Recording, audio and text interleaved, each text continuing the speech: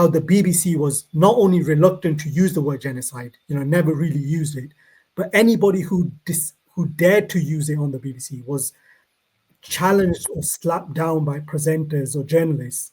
And it almost seemed as if the BBC was scared to even go into that territory. So, Faisal, we'll discuss the individual findings of your report one by one. But just bottom line, I mean, if we're talking about the British public, and I don't mean Muslims here, I just mean overall, BBC is considered reliable, you'd say? I think overall it is. It's just that there has been an active campaign against it. So people, I mean, like in much of the world these days, people are struggling economically, the cost of living.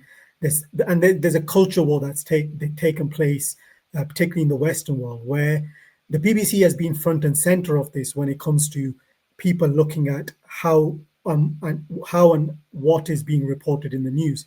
And so in recent days, for example, the top two individuals in the BBC resigned because some report accused them of accused the BBC of producing anti-Israel material and falsehoods. And the BBC has been in constant pressure from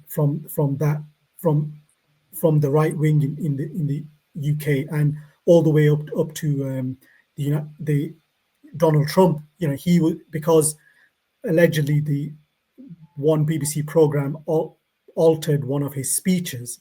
This was seen as so bad that the top two individuals in the BBC were forced to resign.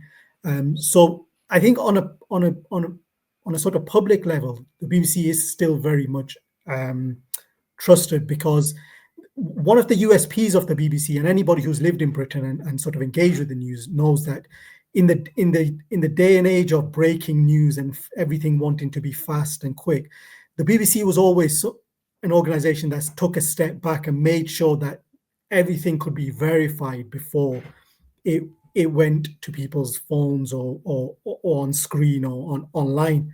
And yet, I think there's an ideological sort of campaign against the BBC, that how dare this organization, which is effectively has this massive funding model from taxpayers, which many of the right-wing newspapers, and it is a heavily right-wing based media landscape in the UK, they see that as an unfair advantage that the BBC has.